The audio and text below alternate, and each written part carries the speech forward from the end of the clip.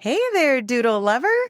Are you ready to finally feel proud of your Doodle's behavior?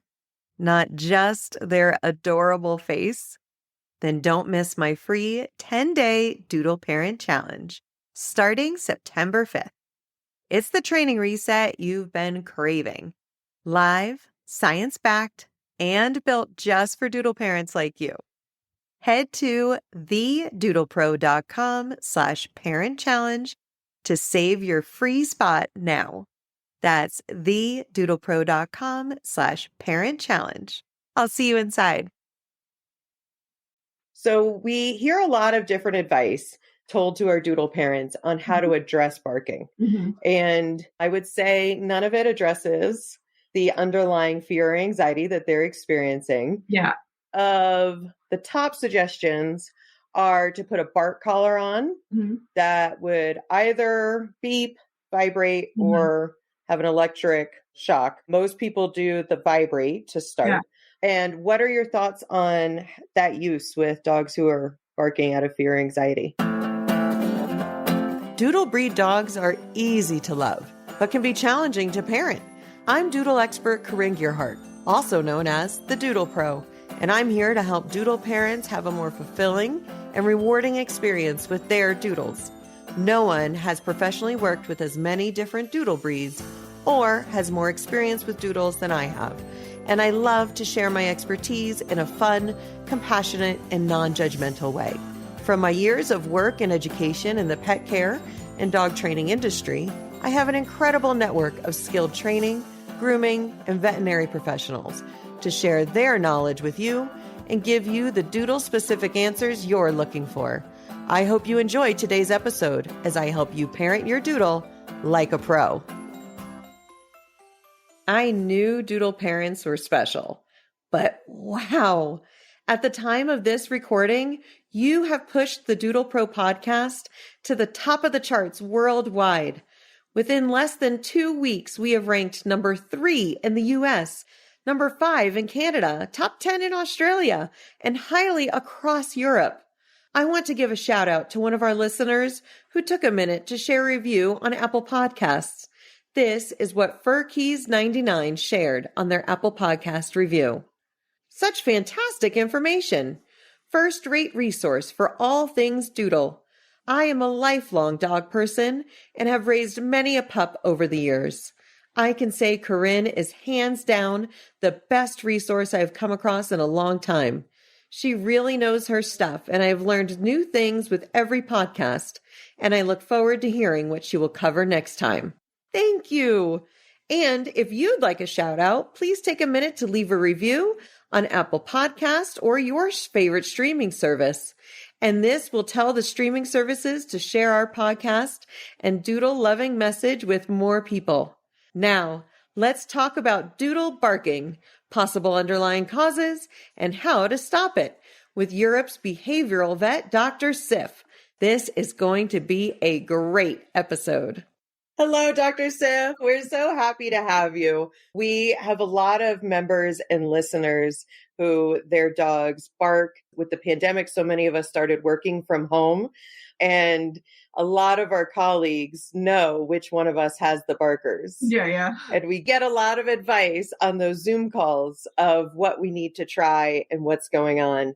And I am so excited for you to share your expertise. Can you share a little with our listeners your background and what brings you to this point today? Yeah, so I'm a veterinarian by training. I'm originally from Iceland, but I live in Italy now because Iceland is just too cold for me. So I gave up on that. Yes, that's fair. Yeah, so I moved here a few years ago and I decided to already take an extra training to become a veterinary behaviorist. So I started doing behavior consultations and I decided to go completely online with my behavior consultations because I saw there was a need and an opportunity to do that. I've been working here online with clients from all over the world. When I started doing this, I was doing consultation by Zoom, and I had to send everyone like a video on like how to click on the Zoom link, how to connect to Zoom. And now everybody's on board with everything. Everybody just knows what to do now since the pandemic. That's perfect. We've all caught up with you. Yes.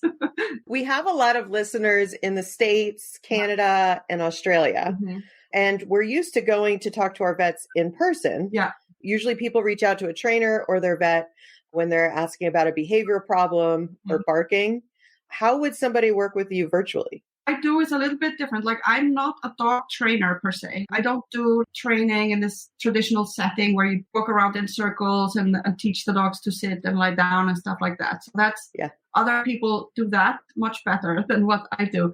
My role is more like a psychologist or a psychiatrist. So it's more working on like mental health issues rather than just regular training. And actually, most of my clients, their dogs are not badly behaved because of lack of training. That's usually not the case. People have already been to basic obedience classes.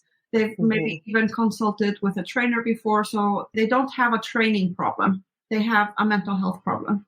So can you explain the link more of what you describe as like a mental health problem instead of a training problem and barking? So with the barking, for example, I always get people commenting on my ads and stuff like, oh, my neighbor needs this or my sister needs this.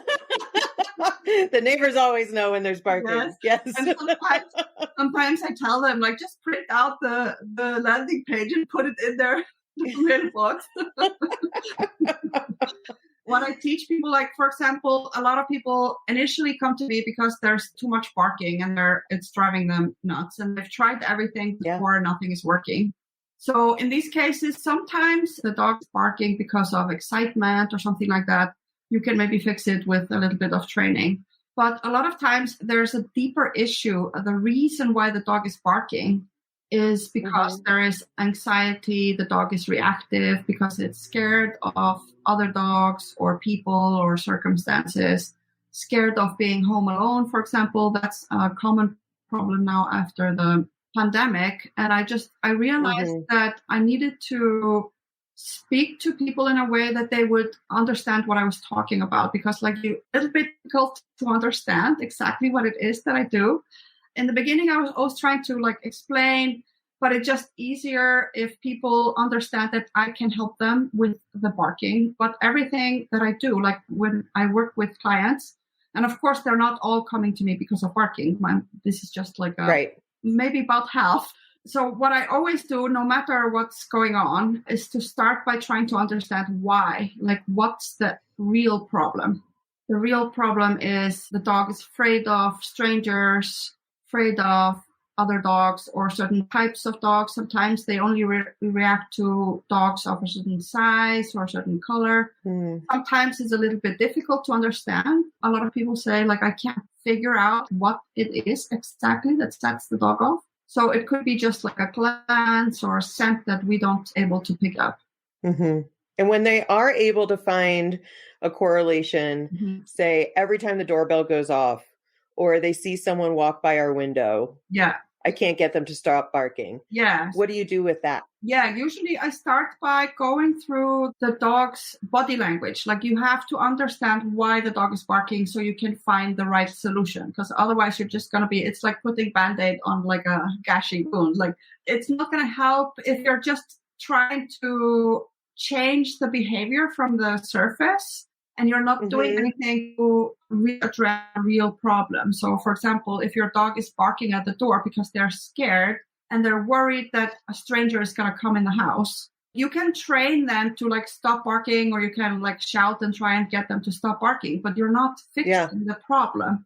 So it's not going to go away. You can use like positive science-based, really good training methods, but it's not going to fix the problem unless you're also fixing the underlying emotional issue that the dog is struggling with. Sit and stay right there. We'll be back right after this quick break. Hey, quick break, because I've got something just for you. If life with your Doodle feels more chaotic than calm, you're not alone. But you don't have to do it alone either.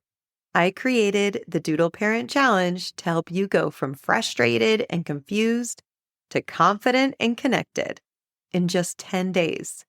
No force, no fear, just science-based tools that actually work for doodles. It's free. It starts September 5th, and I'll be there guiding you live. Head to thedoodlepro.com/parent challenge and grab your spot now. Let's make calm feel possible again.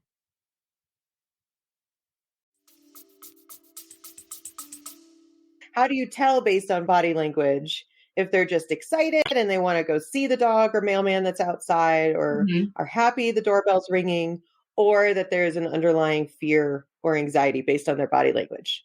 For example, a dog that's like happy and excited, they're usually wagging their tail while they're barking, and they're usually like wagging like their whole body with it. Like it's not just the tail. If the tail is wagging like really slowly from side to side, then they're more nervous. But if they're happy, they're like the whole body's loose. The whole body is loose and wagging. And when the person comes inside, they're like jumping up and down, like trying to greet the person, and they're like still wagging their tail and stuff. Whereas a dog that's nervous and worried about strangers coming in the house. And I think also you can hear a little bit difference in their voice as well. It's more like high-pitched when they're nervous. And then when the door opens and the person comes inside, they will retreat. Like they'll go away from the door usually. And they're like back up, and maybe they'll keep barking, or they're like retreat into the house. They won't approach the person right away. And some of them, they might stop barking after a few minutes, but they're still like wary. They're not coming too close. And they have these signals that they are giving out also, like they're yawning, smacking their lips, licking their nose, looking away. Sometimes they're looking with like moving the eyes. It's very subtle, but you can see the white of the eye. Like, yes, trainers in the States call it whale eye. Yes, exactly. I don't know why, but you see the white around. Yeah. Yes. Yeah, you can see all these signs of nervousness that they are signaling. Well, there's a lot of problems that come from owners not seeing and not acknowledging the signs if they are nervous and this problem is not being addressed. So sometimes the problem just escalates until you have an accident where the dog bites or nips someone. A lot of those signs are really subtle, and they're speaking a language that isn't ours. So a lot of times it could be missed. Yeah. If someone doesn't know what they're looking for. Yeah. If we're trying to understand how our dog is communicating with us, we have to take some time to learn all this stuff, because it doesn't come automatically to us. Like when I moved here to Italy, like I wasn't able to speak. And not a lot of people here speak English. So we see with a lot of doodles, the type of barking that you described, where after someone enters, they retreat and they are making their own space as long as they have the ability to. Yeah. We also see alert barking that looks kind of like patrolling for sounds. Yeah. So if they hear anything in the backyard, it's running outside and running along the fence, or a similar sort of bark. I hope I'm not triggering anyone's barking right now by making that noise, but barking at the window. And then after the door opens, they run at them, and I wouldn't say it's exactly comfortable behavior. The barking might continue, but they greet them. And then after a while, the barking could subside, but you see other appeasement behaviors. Yeah. What are your thoughts on like alert barking and barking that looks like that? Yeah, so this is also usually some kind of nervousness. And let's take a couple of minutes and discuss the difference between fear and anxiety, because I think this is also an important distinction to make. Because fear, as we know, it's a feeling of dread or like worry. But fear is connected to something that you see, something that's there. So, for example, if you're afraid of spiders, like you're just scared when you see a spider. But anxiety is when you're always scared that a spider might be somewhere. And then this starts like this part of your brain that's like in the background, protecting you from danger, can become like a little bit out of control or overactive.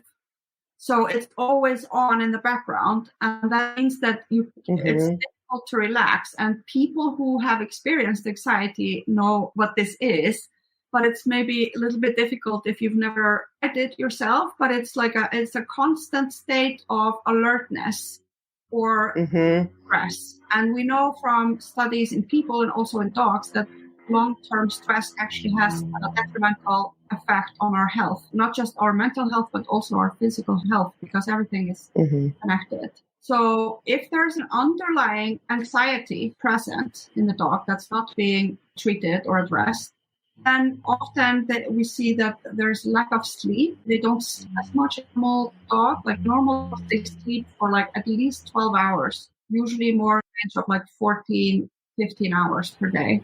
So that means like they sleep all night and all day, and they're only active for maybe 8 hours. And if they are like never sleeping, like they just sleep during the night, or you see them like where they're sleeping, but they're like, they don't relax completely, like lying on their side.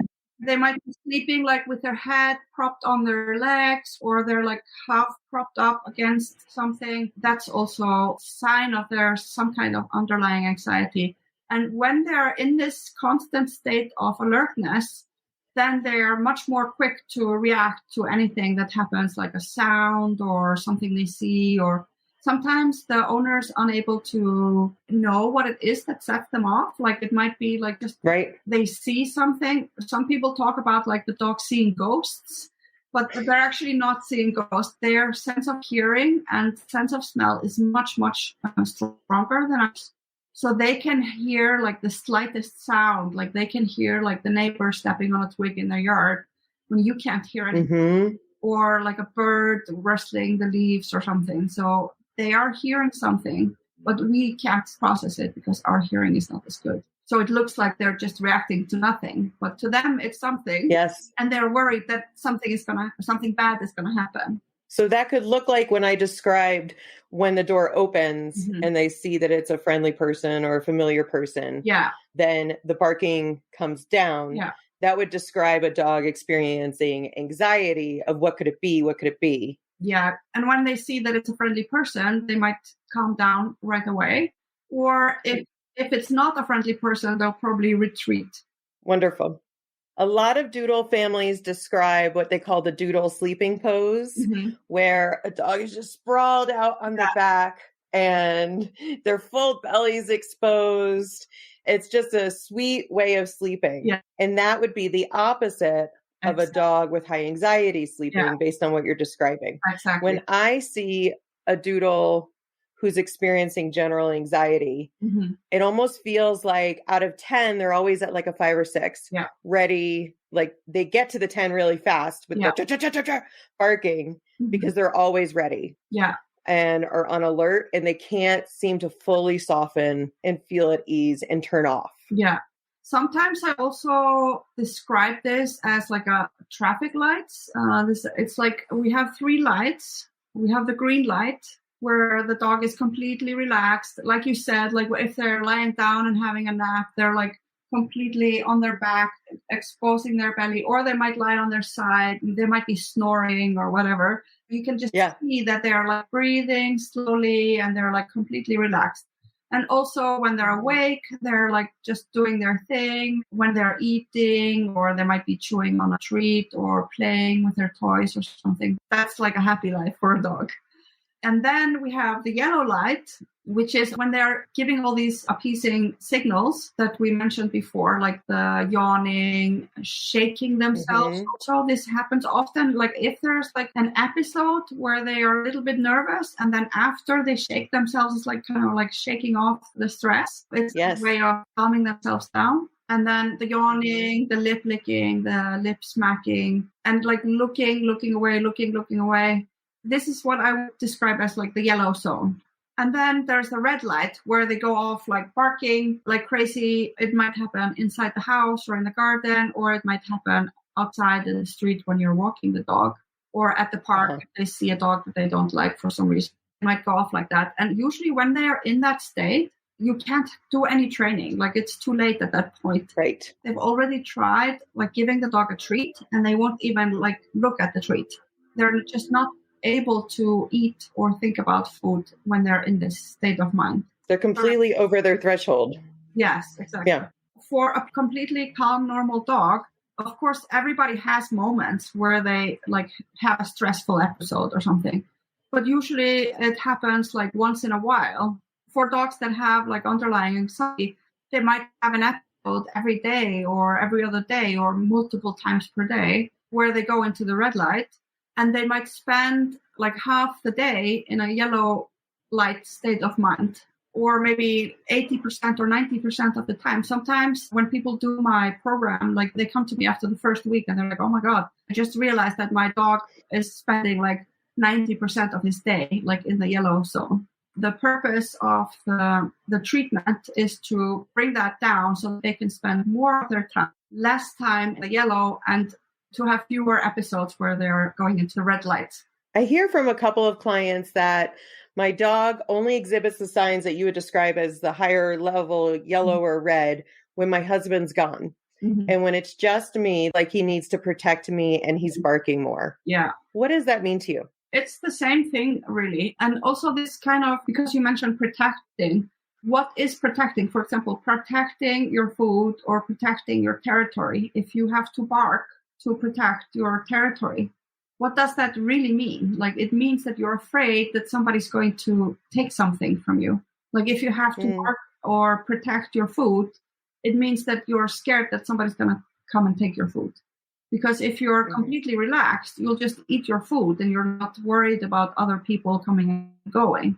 So this kind of protective, it's really a sign of anxiety and fear, because it's like they are afraid that something bad is going to happen. And it really is often like a matter of the dog's well-being to help them to get out of this state and not have to worry all day. It's kind of sad that the dog has to worry all day about something bad happening. Agree. Poodles, and there's certain breeds that have genetic predispositions to higher levels of anxiety, or that have been bred to guard, which means that they're bred to be at this higher alert, which for their mental and physical health is hard to sustain, especially living in an apartment or in the suburbs where there's so much to be alert for. Yeah, and people always think that like large dogs that are like bred to be guard dogs, that they are like so brave. But in reality, they have a very high tendency to become nervous because of the way they're bred. They're bred to be suspicious and nervous. And if you're living around a lot of other people and dogs, that's a lot of triggers that you've lined up for them to deal with day after day. Exactly. So we hear a lot of different advice told to our doodle parents on how to address barking. And I would say none of it addresses the underlying fear or anxiety that they're experiencing. Of the top suggestions are to put a bark collar on that would either beep, vibrate, or have an electric shock. Most people do the vibrate to start. And what are your thoughts on that use with dogs who are barking out of fear or anxiety? Yeah, and there's also collars that like spray something in their face, like the citronella spray, like that. Like this is thought of as being like less punitive, more humane than electric shock collars. And yes, I would say that it's more humane than an electric shock collar. But again, it's the same problem. Like you're not addressing the underlying issue.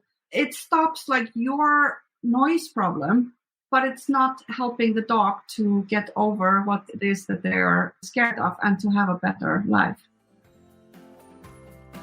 Do you want your doodle to listen the first time? When we're asking difficult things of our doodles, we need to pay them accordingly.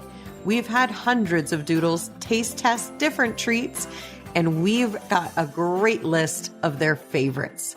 Go to thedoodlepro.com/treat freebie for our free list of Doodle's favorite treats so you can get your doodle to listen the first time.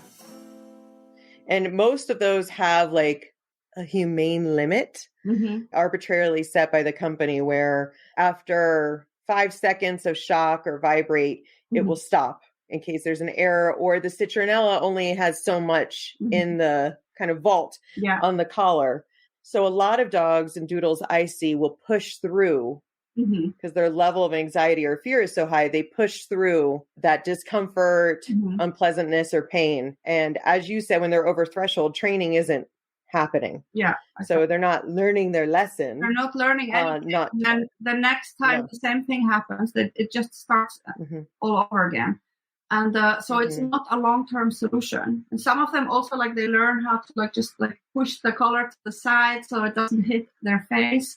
What can also happen is that they could associate this uncomfort or this pain or the discomfort or fear. Or fear. Like, they can accidentally associate that with something else. So they could be like looking at the owner when they get the shock. Then they start to associate the shock with the owner being present.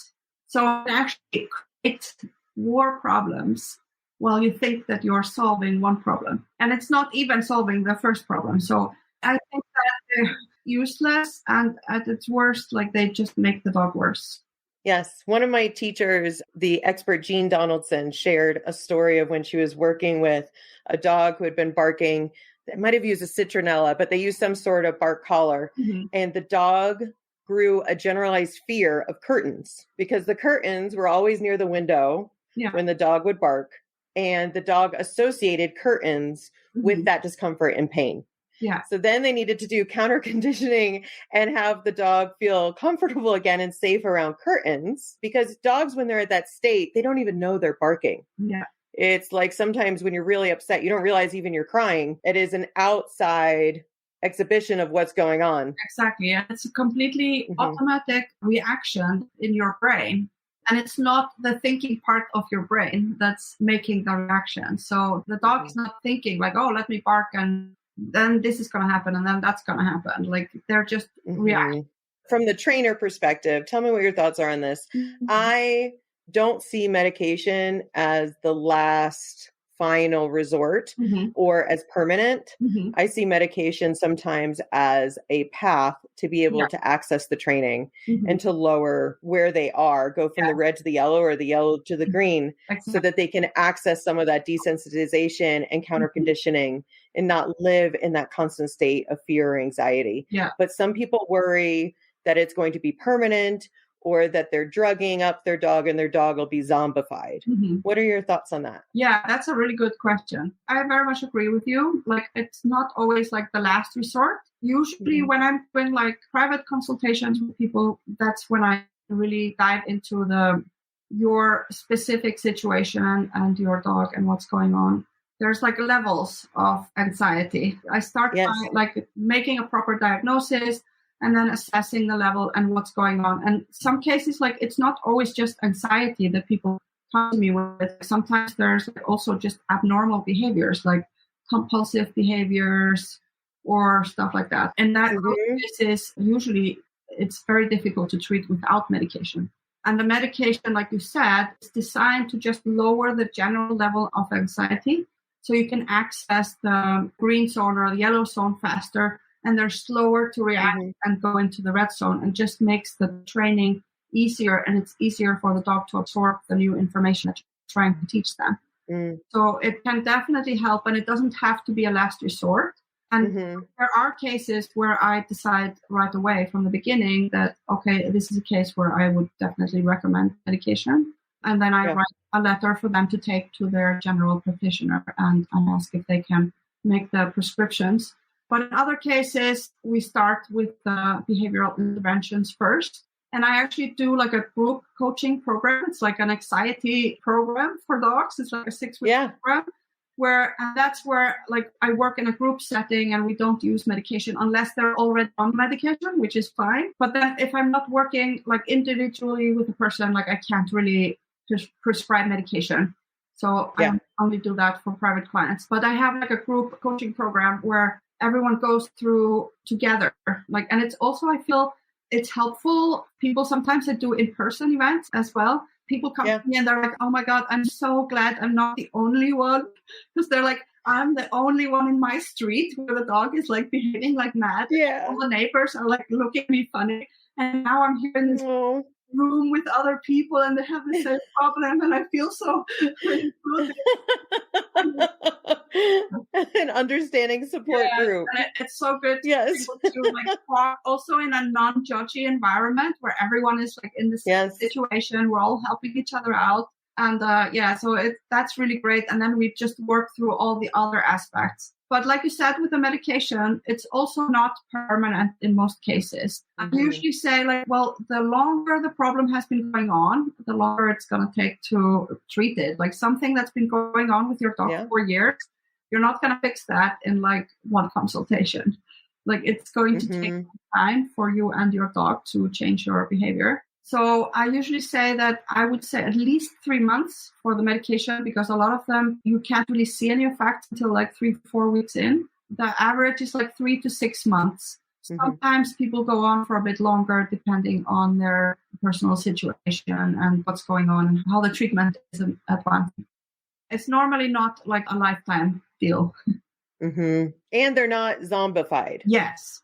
Some people are worried about that. I mean, it's possible that some dogs can get side effects from the medication. And especially in the beginning, like the first days, they might have side effects. If the people feel like their dog is like a zombie, then there's something wrong. Like we have to change the medication. We have to reduce the dose or change to a different medication. So that's not supposed to happen. So if that happens, then we have a problem. And it doesn't like fix the anxiety is not going to take away your personality. Like just like in people, like if you're anxious and you just start to feel better, you're going to behave differently. But it doesn't mean that you're going to be like a zombie or have no personality. Right. So if that's happening, then there's you have to change something. I love your advice that the longer it's been going on, the longer you can anticipate the treatment will take, which to me is motivating. If your dog is barking out of fear or anxiety, the sooner you address it, the quicker your program could be. Exactly. So if you are able to discern with a client who's consulting with you about their dog's barking, and you're able to discern that it is fear and anxiety related, what steps do you and your clients take next? I actually have like a whole program for this, and it's about like trying to achieve the inner calm. So we use there's a lot of, for example, like food, supplement, teaching the dog to relax. I have like an exercise where I teach them to do it's kind of like meditation for dogs, where you just teach them to like take a deep breath, breathe in and breathe out, like a slow, deep breath. And that helps them to relax. This works with people as well. I don't know if you've maybe heard of like the 5-second rule or something. It's like where you just stop and count to 5. Or you just stop and take a couple of deep breaths. This is one of the things that we use. And also a lot of times just recognizing that what's going on, the owners removing all the stressors, all these colors, stopping any kind of shouting or threatening behavior on part of the owner. Sometimes it's like the owners don't even realize that they are being threatening. We have to stop all this. Sometimes, depending on the case, we have to try to just lower the levels of cortisol in the blood, chronically high sometimes because of this issue. In the beginning, when we're starting out the treatment, we have to completely try to reduce all the triggers, the fear and anxiety as much as we can. For example, a dog that's afraid of being home alone, we have to make some adjustments or arrangements so that the dog doesn't have to be alone for a while until we can build up tolerance. And then we do desensitizing and counter conditioning. First, the desensitizing is just to get used to the thing that they fear. And we use like a specific way of doing that, teaching the dog that it's okay to be calm and to make calm decisions. But the trigger needs to be like far away, so they're not getting constantly aggravated or triggered. So their arousal stays below their threshold. Yeah. We're teaching them to stay like in, at least in the yellow zone, but preferably in the green zone or closer to the green zone, and not always like up high in the orange. So we're teaching them to just be calm in the moment and giving them options so that, for example, not keeping them on a really tight leash, like pulling the leash close to us, because then we're creating tension ourselves. Sometimes like we as the owner, we need to learn also to relax and give them the choice to react a different way.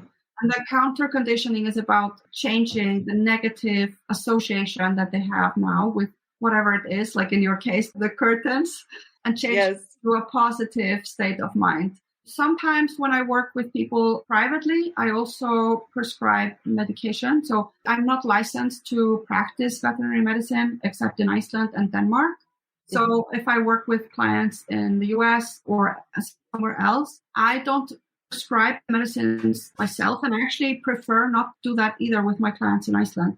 Even though I have a license there to practice and I can write prescriptions, I prefer that they get their prescription from their general practitioner, like their normal veterinarian. So I will work with their normal veterinarian to give recommendations on what medicines to use, what dosages and stuff. And then their regular veterinarian does the prescribing. And if anything happens, they are like on the ground close to the client where they can get help if they need. But I don't usually start out with medicine, but it's one of the tools in the toolbox. Excellent. Can you describe the difference? In the States, we have our traditional vet and then behavioral vets. A lot of times when Doodle parents are worried about mental health issues, they'll raise, should we try medication with their regular vet? And a lot of our traditional vets aren't as comfortable with medication, and the behavioral vets are more versed in it. Can you describe the difference in those areas of study? Yeah. So I did my degree as a veterinarian. I actually studied in Denmark, and that's why I have a license there as well. And then I also did part of my studies in the US, actually, in the University of California, Davis. So that was a great experience in my final year in vet school. And I started working in practice, and I did some different things because veterinarians, we learn a lot of things. So we are also experts on like food safety, farm animals, medicines, like all kinds of other things. So I did like farm animal work and like food safety and health inspections on farm inspections and stuff like that. And then I switched to small animal practice, which was really my goal from the beginning. I worked for many years. I had my own hospital in Reykjavik in Iceland. And then I just thought a lot of people were having problems with behavior. And I saw like we were doing so many behavioral euthanasias. And I felt so horrible. I did actually a study where I examined like the reasons why people have their cats and dogs euthanized. And it was really the rate of behavioral euthanasias was scary. So I really wanted to be able to help because I just felt that it was such a waste that all these dogs were being euthanized. And a lot of times they can't be helped. People just felt they tried everything and nothing worked and they couldn't do anything. So it's a state of helplessness. I've actually been in this situation myself. So I know how they feel, and I just wanted to help these people. So I did a second veterinary degree in the UK at the University of Southampton, and I studied behavior for some years. And then we learn a lot more about like brain chemistry and how these medicines affect. Like veterinarians are starting to get more and more specialized, just like in human medicine. Like your general practitioner, I mean, they can prescribe, for example, antidepressants and stuff. Usually they prefer to refer the person. And it's better for them because I work with a lot of general practitioner veterinarians, and they're more comfortable usually prescribing the medications. Like if they get a recommendation from a behaviorist who has already assessed the situation, talk to the clients, I have them in a program. Like I never do like just one-off consultations because I found that they're just not very effective. It's really, really hard to get into a behavioral vet in the States. So if someone is located in an area where it's hard to see a behavioral vet in person and they work with you, or they just choose to work with you, you communicate a recommendation to their primary vet, what you think is the right move to address the underlying fear or anxiety. And then the vet is overseeing their general medical well-being. Yeah, it's also really important. And that's why that also is the difference between a veterinary behaviorist, like trainer behaviorist, is that veterinarians are also experts in physical ailments. So sometimes there is an element of like a physical problem that's causing or contributing a problem. So it's really important that for me to work with their veterinarian if I suspect that there might be issues with like the dog's hearing or eyesight or hormonal imbalance or something like that. So that's also an important aspect of the treatment. Yes, as a trainer, one of our first moves is to always say, get them checked by the vet. And that's usually to look for pain. Yeah. Because dogs are excellent at hiding their pain at a whimper or a limp. They usually try to hide. Yeah. Because they could be prey animals. In fact, their general just level of well-being. And even things like, for example, something that wouldn't necessarily make you think that they have pain is, for example, skin issues, like allergies and stuff. They're actually like, if you are really itchy, they can be painful as well. Like you can have pain in your skin. Like I have a skin condition myself. I know what it's like. It's not just cosmetic. Like it can be painful and it's really irritating. So this can also be a contributing factor that's important to address.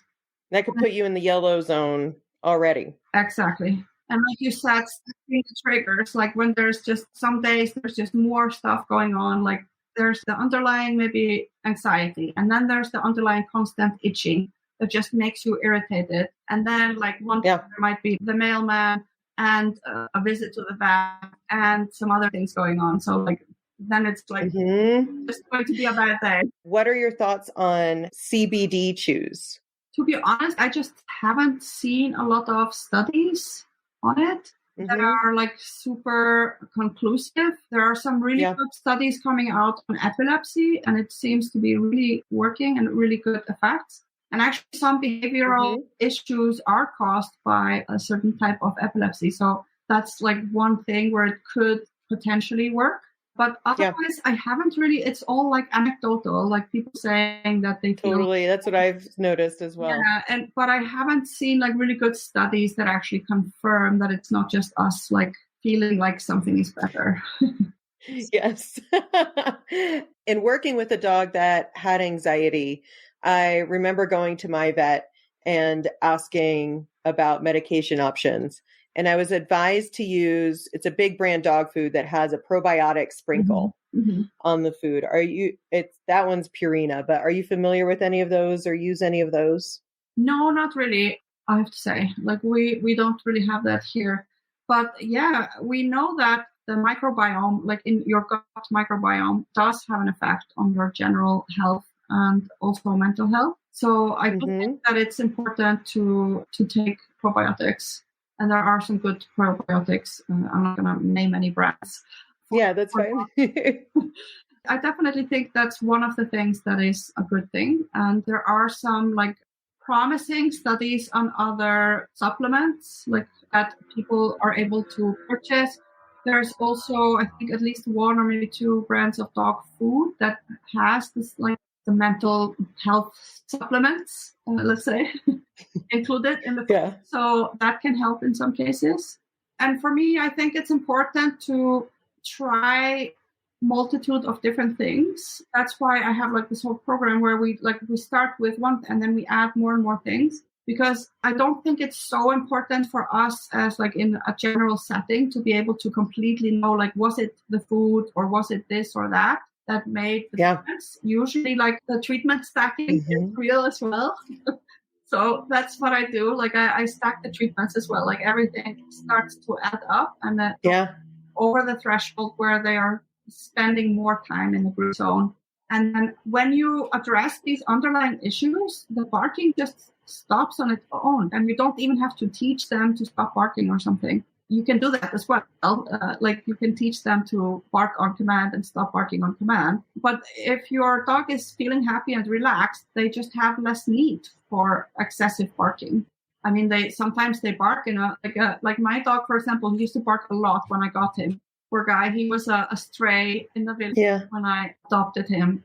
And he used to bark a lot. He was always barking. And now he's like almost completely stopped barking. He doesn't bark so much at other dogs. It very rarely happens nowadays. But when we go to the village, where I still have a house there, and we just use it for vacations and weekend getaways and stuff, he has like 2 doggy friends. And they like to have Uh-huh. a choir where they like all go into like this howling together. And I like I can't really like train him not to participate. That sounds like a joyous release. Yes, exactly. It's like his hobby to go there and have this cacophony of singing with the other dogs. But otherwise, he's a perfectly calm, and like I didn't do the stopping, barking on command or use any other devices or anything to make him stop. Like just when I started addressing underlying stuff, then started to relax, and then he doesn't have this need to bark anymore. Of course, he's still a dog. Like I'm not taking away their bark. Yes. I'm not promising you that your dog will never ever bark again, and that wouldn't be normal either. It's just that sometimes people have problems because the barking is just too much. Yes, there's a sweet saying that I like, that birds sing and dogs bark. Yeah. One sounds beautiful to us and one can be more disruptive, but is the dog as a whole healthy, or are they patrolling and anxious and cannot relax? Exactly. And it's disrupting the neighborhood. You're not able to have a Zoom call. And you remind me of a couple other tips that people give: vinegar in a spray bottle, or air correctors, where it's kind of like spraying the air, or putting coins in a can and shaking it. Yeah, shaking it or throwing it on the ground, stomping their feet, also rolling up a newspaper and like not smacking the dog, but like making a noise with your hand or on your leg. There's a lot of different things that I've seen people using, and I see people recommending that stuff as well. And it's not a good idea, and it's not going to fix the problem. So for people who want to learn more about your programs and about how to get their dog to stop barking, I know you have a free video as a gift to our listeners. Can you tell us how they could find that? Yeah, I'm actually doing a free workshop in September. So if people want to participate in that, I'll give you the link so that they can sign up. The website, Wonderful. Yeah, the website is Sif the Vet, and .com and /workshop. And it's a free 3-day event where they can learn how to get the dog to learn. Wonderful. I'll put that information for our members so that they could join that. Yeah. So for our podcast listeners, how can they find your free gift video on the top reasons that dogs bark? So you can just come to my website, sifthevet.com, and sign up there. There's a free training video for, like, it's a small part of a bigger course that I have. So there's a free video on the 3 biggest mistakes that dog parents make with a barking dog. Wonderful. Thank you, Sif. We really appreciate your expertise. I know we've got a giant time difference as you're in Italy and I'm calling you from Denver. Thank you. So we are going to stay on after this just so you can answer some questions exclusively for our Doodle Pro Society membership. Yeah. And I really appreciate it. Thank you. Thank you. Would you like to see behind the scenes of my work with Doodles and the adorable fluffy faces I get to work with daily? Follow me on Facebook or Instagram at The Doodle Pro for sneak peeks at the Doodles I get to work with daily. Do you have a question I can answer? Leave your question in a review and I'll answer it on our next episode. Have a pawsome day.